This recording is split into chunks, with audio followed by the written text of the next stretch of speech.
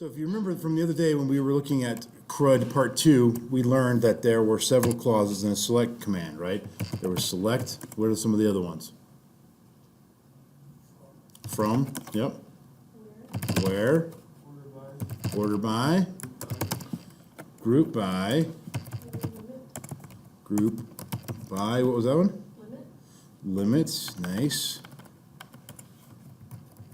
There's one more that we're going to focus on. Was having. What did you say?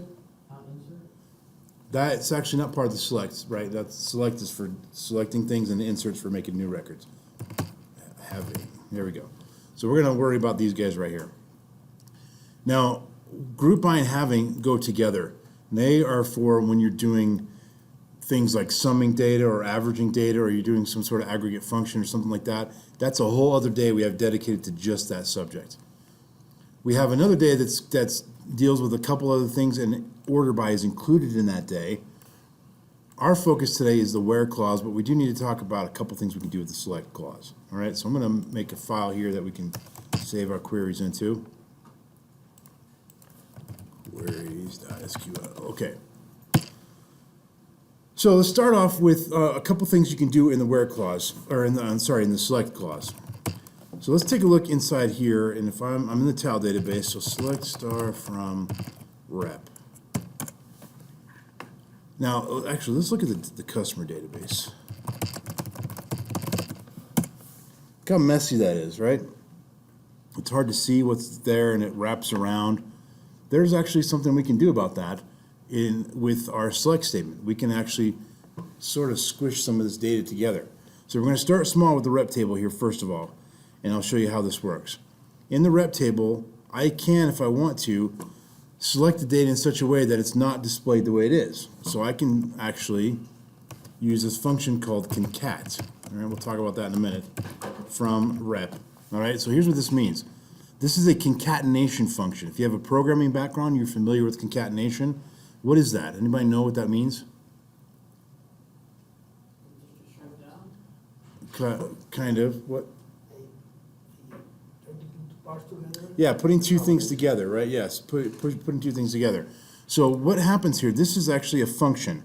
And like we remember from algebra, f of x, like a function like that, where I pass in some x value right here, and then the function returns something, right? Well, what am I going to pass into it? I'm going to pass into it a comma-separated list of the things that I want to squish together. So in other words, I want first name, last name. Okay, this is a comma-separated list. This is my x that I'm passing into my function, right? And so this will return first name, last name, like no space between them or anything, right? So if I run this, check this out. It returns first name, last name, okay? Just like that. Well, what if I want to have a space between first name and last name instead of having that? That's kind of silly, right? What would I do? Yeah, so put another, separate my third parameter, if you will, is a space, right? So it's going to concatenate first name with a space with last name. I run that, and we get the result we were looking for, okay? I think I'm going to nuke this table. You see all this crap in there? There, I just reset the database. We had too many weird fields in there that were, or values in there from the other day. There we go, that's better. All right, so now I have Rafael Campos, Megan Grady, Hui Tian, and Janice Efton. Nice, clean looking display. But what's another common way you might see data displayed with first and last name? Maybe last name, comma, first, right? That's a pretty typical way to display data. Well, in that case, look closely at this. I need to concatenate on a comma and a space. So I put in those quotes there a comma and a space. So now it's going to print out last name, comma, first name. That gets a little weird looking, right? Because there's the commas and the quotes and everything. It can get kind of scary looking, but that gives us what we're looking for. Campos, comma, Rafael. Notice this name here, though. It's kind of hideous, right? Wouldn't it be nice if that just said employee name or something like that? Well, you can actually do what's called an alias, okay? And I can give this mess here an alias and give it a name. So I'm just going to say as name, like that. Just putting the keyword as there. So select this whole concatenation mess as name. I run that. There you go. Now it just says name. Nice and clean, right? So how could I use that in the customer table to make the data a little less messy? What could I concatenate?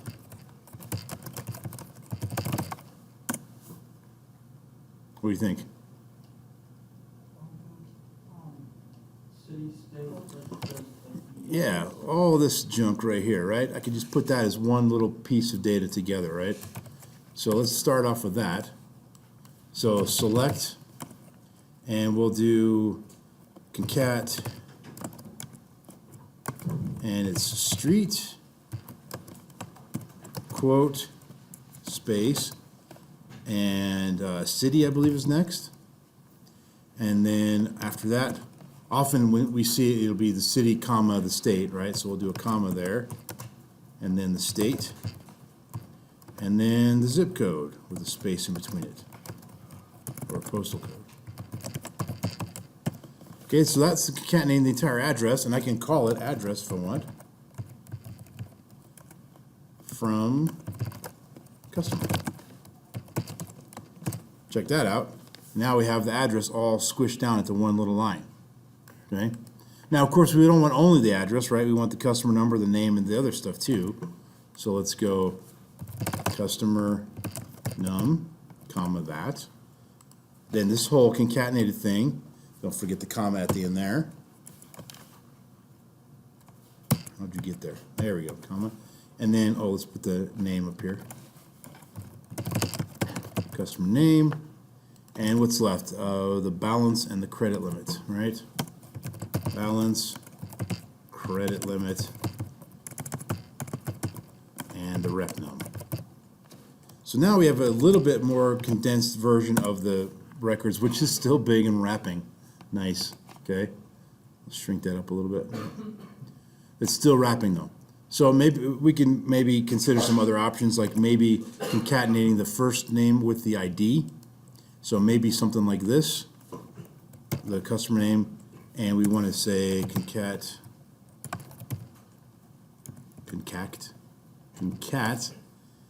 Now what I want to do is put parentheses around the customer number. So I'm going to put a parenthesis in quotes, right? Followed by a comma, followed by the customer number, followed by a comma and a closing parenthesis, followed by comma, customer name. Get rid of that. So do you see how this, and I think my parentheses are off by, nope, I think we're good. Yeah, we're good. So do you see how this is going to display as parenthesis, customer number, parenthesis, and then the name. Maybe we want to put a space there, okay? As customer, something like that. Does everybody see what I'm doing there? Make sense? So now we display it, and it's getting a little better. It's still a little squishy, right? Okay. Can you see what's causing the problem there? Why it's wrapping? There's one field that's causing the issue. The credit limit, right? The name, the label for credit limit's bigger than the actual values. This will probably solve it. Now again, this isn't like some huge thing where you have to constantly make your display look all pretty, but just so we can play around with this command, let's try it out. So we can just say as limit or something like that, okay? Oh, and if limit's a keyword, that's a clause, we can't use that, so we'll go. Yeah, I was literally going to type that as you said it. C limits, like that. There we go. That looks all right. Okay. Now, again, this isn't necessarily you're going to spend your life sitting here cleaning up the way the data displays on the command line, right? But I want to make sure you understand how this works, how those little features work in the select statement. Okay.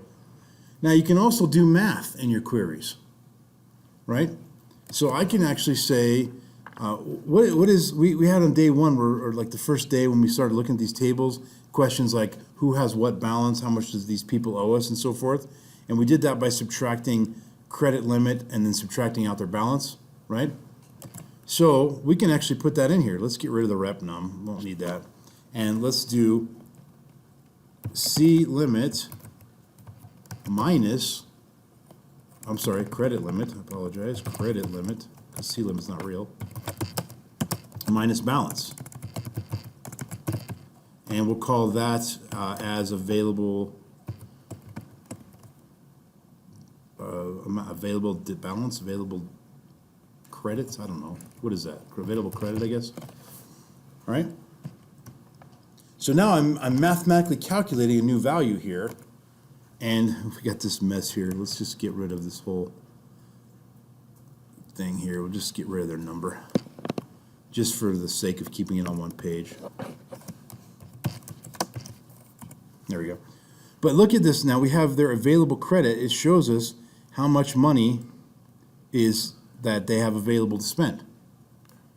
Apparently these people, they owe us money, like they're in the hole, right? Is that what that means? I think so. This is not an accounting class. This is a database class, all right? Okay, but do you see the idea here? Now notice what was going on here. Is this a new table? What is this? Yeah. Did I change the customer table?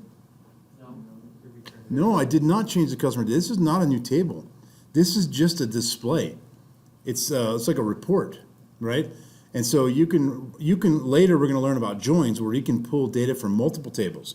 At the moment we're just pulling from one, but you can pull from multiple tables. We'll learn that later and generate some really nice reports. But this is just a report. That available credit field is a field in our report. That's not a field we added to the customer table. That's not there. It doesn't exist. If I were to do a select star and customer, it would look like it always looks. You cannot change data with select. You cannot change the table values with select, is what I should have said. All right? But you can do math like we just did here. And you can actually do things like plus, which that would make no sense now with putting a plus there, but you could. You can divide. You can multiply. You can also do modulus.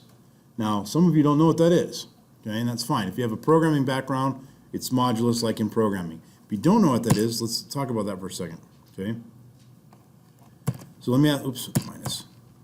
So notes down here. If I were to ask you to tell me think back to grade school now. Don't think about anything you learned in college about programming. Think about grade school. If I were to ask you this question, what is 7 divided by 4? Stacy, what would you say to that question? I would say like 1.75. Yeah, 1.1 3/4, right? 1.75, or what's another way to say it, not in terms of decimal?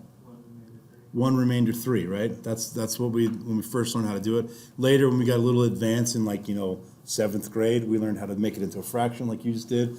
But when we first learned it, it's 1 remainder 3. Okay, well, on the command line, if I were to type that very line right there, select 7 divided by 4, what answer would you expect it to give? Error 1.75. I hear error, I hear 1.75. I would expect to be 1. 1, okay? You're thinking integer math, right? Yeah. Yeah. So integer math, the answer would be 1. Floating point math, the answer would be 1.75. And if the command line can't handle it, we're going to get an error. Who's right? Who's wrong? Stay tuned. We'll find out. At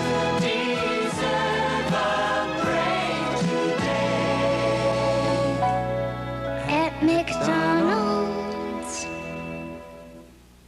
Here we go. The answer is 1.75. Okay? The command line will not assume that you're doing integer math. Okay? SQL will assume that you're doing not integer math, that you're doing floating point math. Now, that's what 7 divided by 4 is. Well, remember it's 1 remainder 3. And then, of course, we took that 3 and it's 3 over 4, which gives us the 0.75. If I were to ask the question, what is 7 modulus 4? 7 divided by 4 gives me this with the remainder. 7 modulus 4 gives me only this. 7 modulus 4 is simply 7 divided by 4, give me the remainder. That's it, that's all it means. So give me the remainder of 7 divided by 4. Select 7 modulus 4, and that will spit out the number 3, okay? So you can do math on the command line. That can be useful. The purpose of this lecture is not to teach you why modulus is useful. If you've been in a programming class or you have some programming experience, you know exactly why it's useful. There's lots of things you can do with it. But if it's just there in case you need it, and if you know about it, now you can use it. So later in your advanced database career, you'll learn more about it. But for now, it's just know it exists, okay? All right, so I could do all the math operations, easy. So any questions about the big picture here of just the select clause? That's what we covered right now, just the select clause. Now let's move on to the reason we're really here, which is the great and powerful clause. Do not arouse the wrath of the great and powerful laws. The where clause. What's the where clause do? This tells me which fields to select. And as you can see, I've sort of built some fields on the fly, right? Like normally there's just a field called customer name. Well, I said, give me that field, but call it customer. There's normally just a field called street, city, state, postal, and I said, put it all together and call it address. There's one called balance and one called credit limit, and I said, call that C limit. And then I said, let's make up a new field, completely new, and make it the values this, okay? This just tells me what fields, not how many fields, right? If I run this, that just says I'm getting all of the data for those fields, right? Well, I want to filter the data because we don't always want every record in the database and in every table. Think about that. If this database were like a real, like Amazon's customer database, how many records did I just pull up? You know, several million, several hundred million probably, okay? So no, we don't want that. We want to narrow it down. Maybe I'm looking for situations where their available credit is less than some number, like less than $5,000, let's say, where this whole thing, I'm going to put in parentheses just to be safe, is less than $5,000. What does that mean? Why would I want to do that? Like as a business owner, why would I want to do that query? Maybe you don't want to see everything, you just want specific information. But why would I want this specific thing? Not necessarily the number 5,000, but why would I do some kind of search like that? Maybe you want to see who's running low on credit. Yeah, who's running low on the available credit, right? And there's lots of business reasons why that would be interesting, right? And so there's two people that, like this dude is like, we need to collect some money from this one, okay? And these people, they're doing okay. They have $4,000. Now maybe we want to look at scenarios where if, like for example, this one owes us $4,000, but maybe we don't care so much about that if their credit limit is over 7,000, right? If their credit limit is over 7,000, then they still have a pretty good buffer, right? So I can say this, where the credit limit is less than 5,000 and their actual credit limit is less than 7,500. Now, it turns out this is going to give us the same results, right? As you saw here, that both of those people, their credit limit is less than 7,500, okay? But this would allow us to filter a little deeper if we wanted to. So let's take a look here. Let's up this value to like 6,000. Let's see what that looks like. Okay. All right, so take a look at this. This first query I ran, I didn't run the line 10 there. I'm saying give me everybody whose available credit is less than $6,000, right? But that's okay if their credit limit is 75 or higher. So now I'm going to filter that down a little bit more, and now I get this list here instead of this list here. Okay? So I can write as many ands as I want to. I can also write ors, right? I can also write ands and ors together. Let's just start with a couple ors though. Maybe I just want to know where the credit limit is equal to 7,500 or the credit limit is equal to 15,000. I just want to see all the customers who have those two credit limits. And there we go. Those are the people that have those two values right there. Okay? Yeah. Is there a less than equals to operator as well? Yes, we're going to get to all the different operators. Yeah, there is a less than or equal to. Yeah. So there's all of them. There's equals, less than, greater than, less than or equal to, greater than or equal to, also not equal to. Now, if you're from Java, that means something else, right? That's when you're dealing with like array lists and just kind of create generics and yeah, okay. But also, this is a thing. Those mean the same thing, not equal. That's more like what you're used to if you're from Java, okay? But both of these are the same, all right? Also, programmers only, that's not a thing, okay? If you're not a programmer, just ignore this. But programmers, this is not a thing in databases, at least in MySQL. That's it. It works both ways. It does both jobs. It's the assignment operator and the equals operator. Okay. All right, so you can do any of those comparisons right there. Now, let's take a look here. Let's see if we can get back to what we had a second ago. Let me Control Z my way back here. So let's take a look at this. This is a weird query. I don't know why you would write this, but it helps demonstrate the point. I want this and this, or the city is equal to Fullerton. I think that's a city that's in there. Okay. Now, what am I asking here? Am I saying this and this, or that? Or am I saying this and this or that? What am I saying? It's one or the other. How do I know which one I'm saying? And if you plug these into, if you walk through the logic on these, you would see that they are different things, okay? But if you want to be clear, and you should be clear, put parentheses around it. So I want a scenario where either that whole thing is true or that thing is true. Okay? So where the credit limit minus the balance is less than 6,000 and their credit limit overall is less than 7,500, I want that, or I just want to know if they live in Fullerton. Why would I ask that question? I have no idea. Okay? But I just wanted to point out that you can do that kind of operation. So it looks like this. And it turns out that it's just those same. Oh, it's Fulton. That's what I meant. Let's change that. Fulton.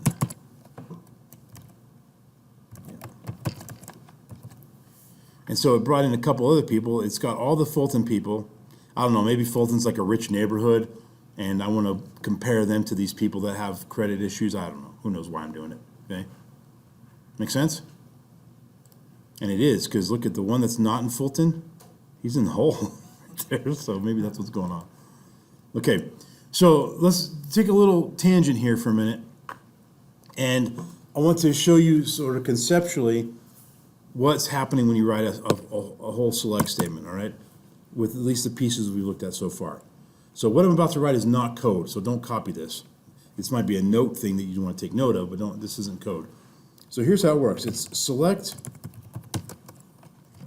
some stuff from some place where some condition is true. That's what a select is all about. Select some stuff from somewhere where some condition or conditions is true. That's it. So look at this. Select some stuff. What am I selecting? I'm selecting a whole bunch of crap there. A customer name, the address, the balance, from somewhere, and that someplace really is some table, right? Okay, we'll learn about multiple table selects later.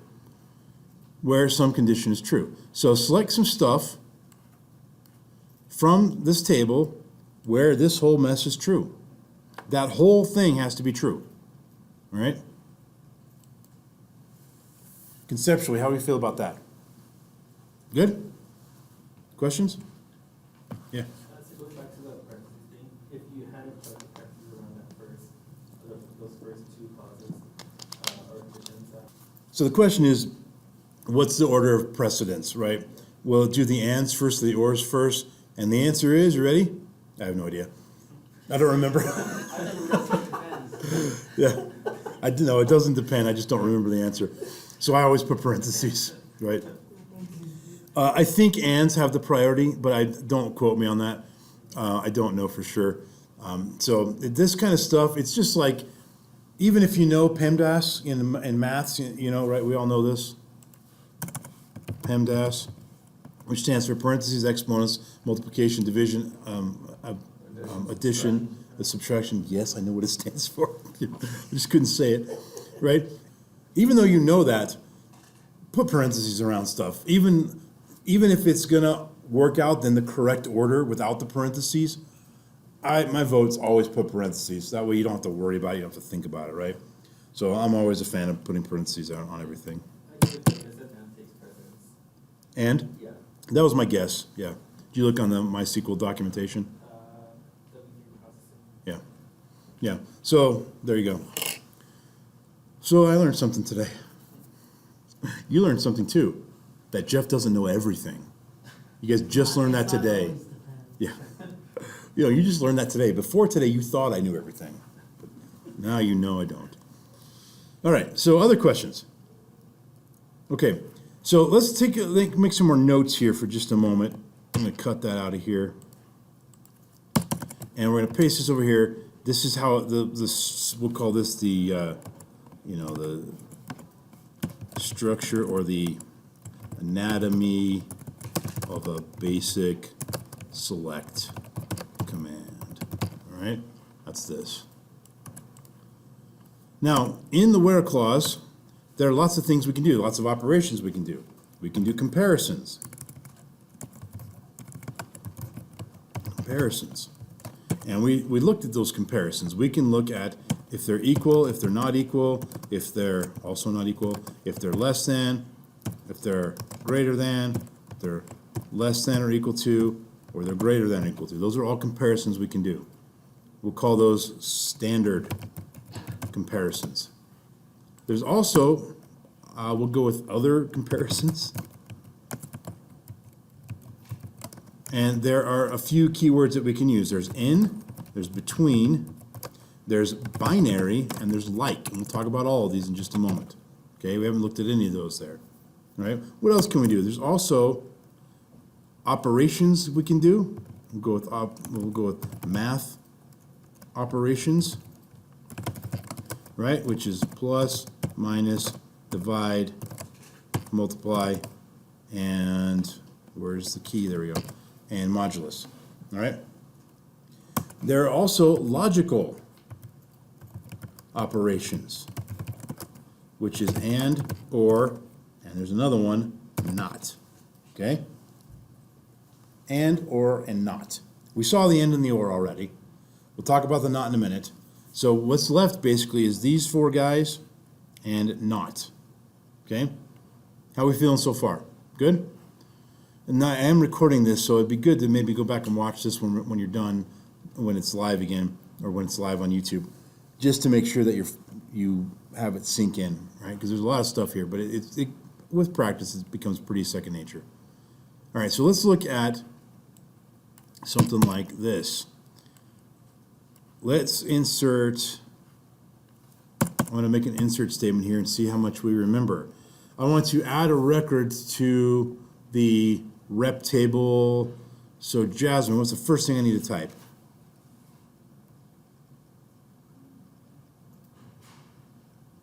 I need to insert a record into the rep table.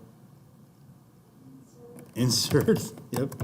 Into, Aldo, what's next? Right, which is?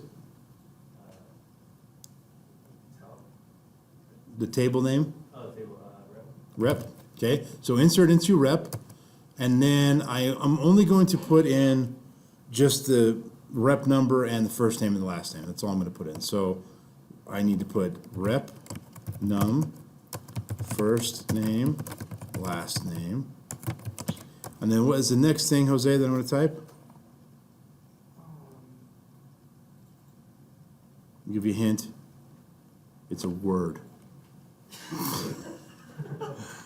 It starts with a V, ends with alias. That hint didn't help? Did you hear what I said? Values, yes. Starts with a V, ends with alias. Okay. All right, in parentheses, rep num, we'll do 75. And first name is Beavis. Last name Jones. All right, here we go. Insert that record into the database, into the rep table. Now, look though, we have street null, city null, state null. All this is null, right? Okay. Well, I can say select, let's just comment this stuff out here. Comment this out. I can say select everything from the rep table, all the fields, where street is null. That's how you write that, is null. You don't say equals null. We talked about this the other day, right? Where it is null. So I copy this, and this will give me all the people that are null, right? That have a street null. I can also say, here's our other operator, not, where street is not null.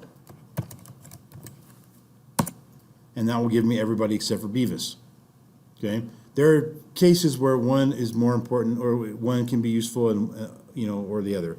There's lots of different scenarios, but just know that it exists, okay? All right, so that's the not operator. That's this guy right here, the not logical operator. Yeah. So could you like put select all from red table where like is like name or street is not null, but name is would be Beavis? Would it include both then? Sure. So tell me, just say how you wanted to do it, and I'll just type it out and see. So just like that, Oops, but hold on. after null you put and, Where street is not null, yeah, and name is whatever the one that is null. where it is null. Yeah, like it's where name is Beavis. Okay. So what are you hoping this returns? Will it return all of it then, or? Well, no, this is going to show where the street is not null and the name is Beavis. That'll return nothing. Okay. There's no such record that is a Beavis that isn't null. Like if you look at everything, the only scenario where it's null is where the name is Beavis. So this says it's not null and the first name is Beavis. That doesn't exist. Error out It wouldn't. It's not an error, right? It's just that record doesn't exist, right? You get an empty set. Yeah, so that gives you, oh, that's a typo. That's not named, first name.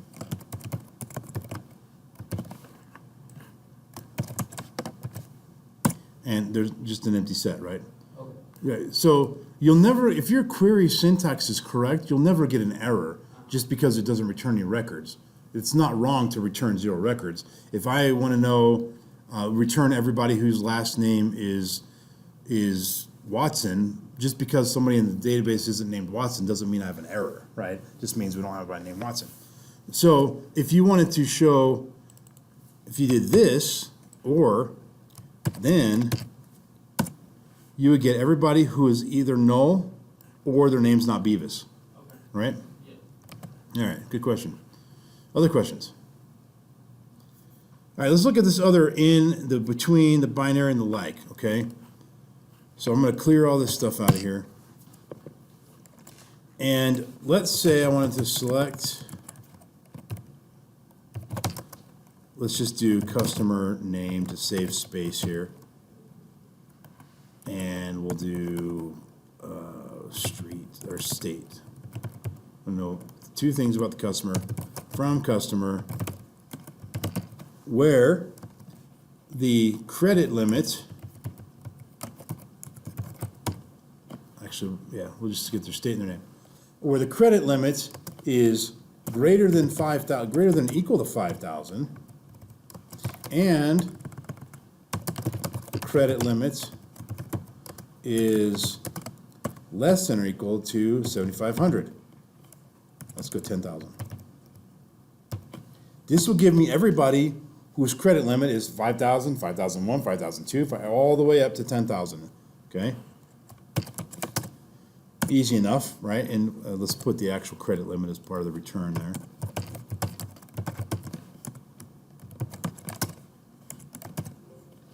Oh, I'm gonna get an error. And now we can see we got the 75s, we got the 10s, and we got the 5s. Nice. Okay, but that's a little unwieldy. How about we just do this? Where credit limit is between 5,000 and 10,000. That also works. Okay, so there's a new keyword between those two numbers, and that is inclusive, so it will include 5 and 10 as well. Like so, right? So between. What about doing something like that? Can you do that? What do you think? I hear some yeses. Let's see.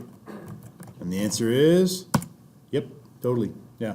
Okay. So the NULL operator is useful for negating something. Where you have a certain condition, then you want to find the opposite of that condition or the negation of that, right? Okay. Now, what about something like this? You may be asked something like this where they say, okay, I want to know whose credit limit is 5,000, but let me do this on a separate line so I can do a little cheating trick here. I also want to know people who have a $9,000 credit limit and a $7,000 credit limit and an $84,234, whatever number I just typed, credit limit, right? And a $10,298 credit limit, except don't put a comma there.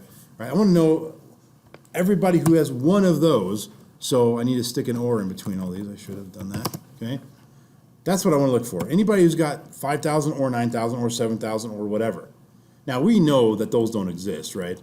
But if they did, they would show up in the results, okay? And I have an error, of course, where credit limit is equal to 5,000.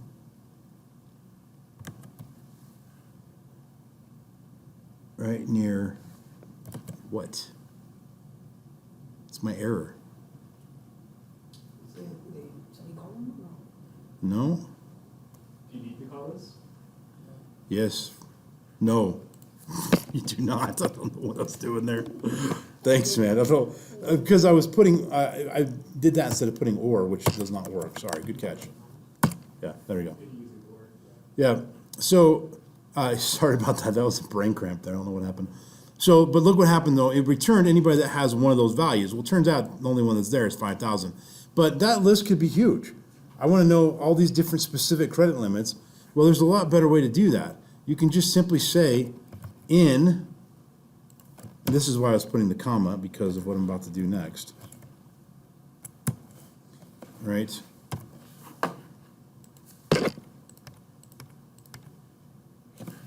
I can say that, where credit limit is in that list. Okay? And that's where my brain was a second ago when I put the commas. This is the same thing. So the in thing, the in clause is for when you want to look up things that are in a list of items, right? Like that, a list of values, okay? I could also say not in. So I want to know the people that don't have one of those credit limits, and it's all these people, okay? Good? All right. Now, SQL values in the fields, like the data itself, 9 times out of 10 is not case sensitive. Sometimes on a Linux machine, there's some issues, but generally speaking, it's not case sensitive. So if I said select star from, select customer name, or name, from customer where state equals CA, even though that is capitalized, it still works, right? Let's put the customer in the state there as well. Okay? It still works, no problem. But there are times where I want to be specific. And I wanted to look for only the all caps version or the non-all caps version, okay?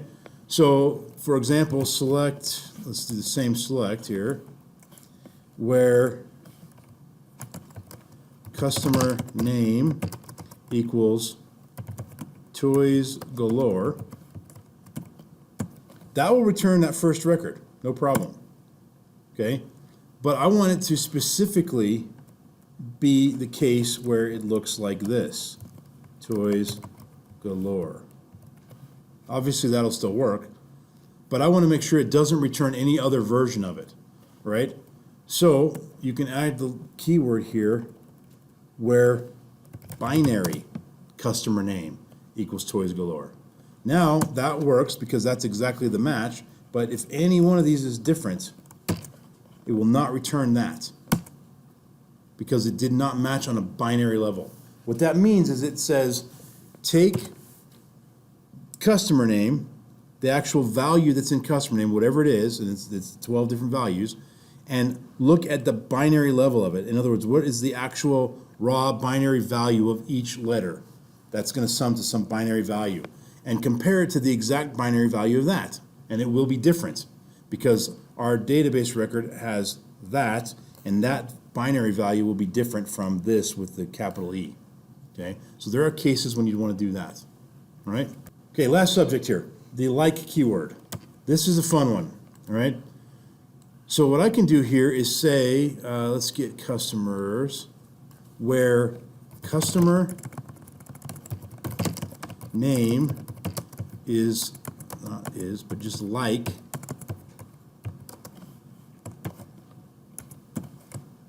we'll go with gifts. Okay, let me tell you what's happening here. Let's run it first. Okay? What this did is give me every single customer that has the word, the phrase gift somewhere in it. Even though that's gifts, it still has gift in it. So what exactly does this mean here? This means give me any string that starts with literally anything. Like it starts with something, and that something could be nothing, right? So it starts with anything, then immediately followed everything that's there. That's the wild card, meaning everything. It has a G, then immediately after that it has an I, then immediately after that it has an F, then immediately after that it has a T, then immediately after that it has anything or nothing, right? So in other words, that would only return stuff where the very first letter of the sentence starts with a G, right? And this will not return anything because we don't have that condition, I don't think, yeah. All right? You could also just do, let me go back to the output here. And you can do, let me look at the whole list here. I want to see if I can filter one down here.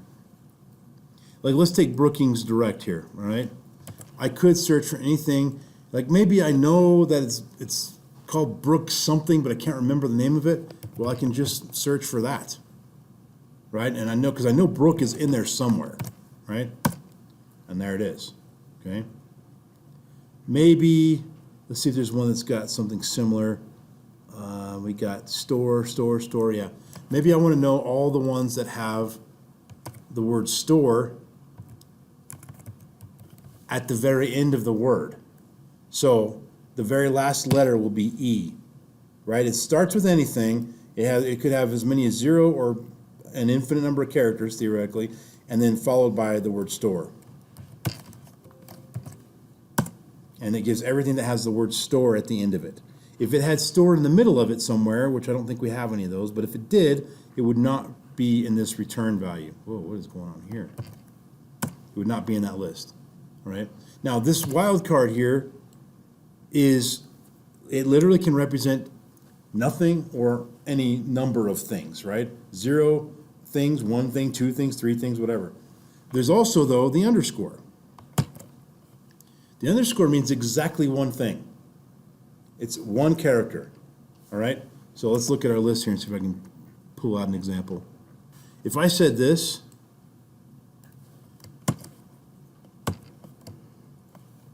tell me what that would return. An O or 0? That's an O. What would that return? For that, the second letter is O? any word where the second letter is O. Because this means starting with some letter or number, something, followed immediately by this one thing, followed immediately by an O, which is then followed by everything.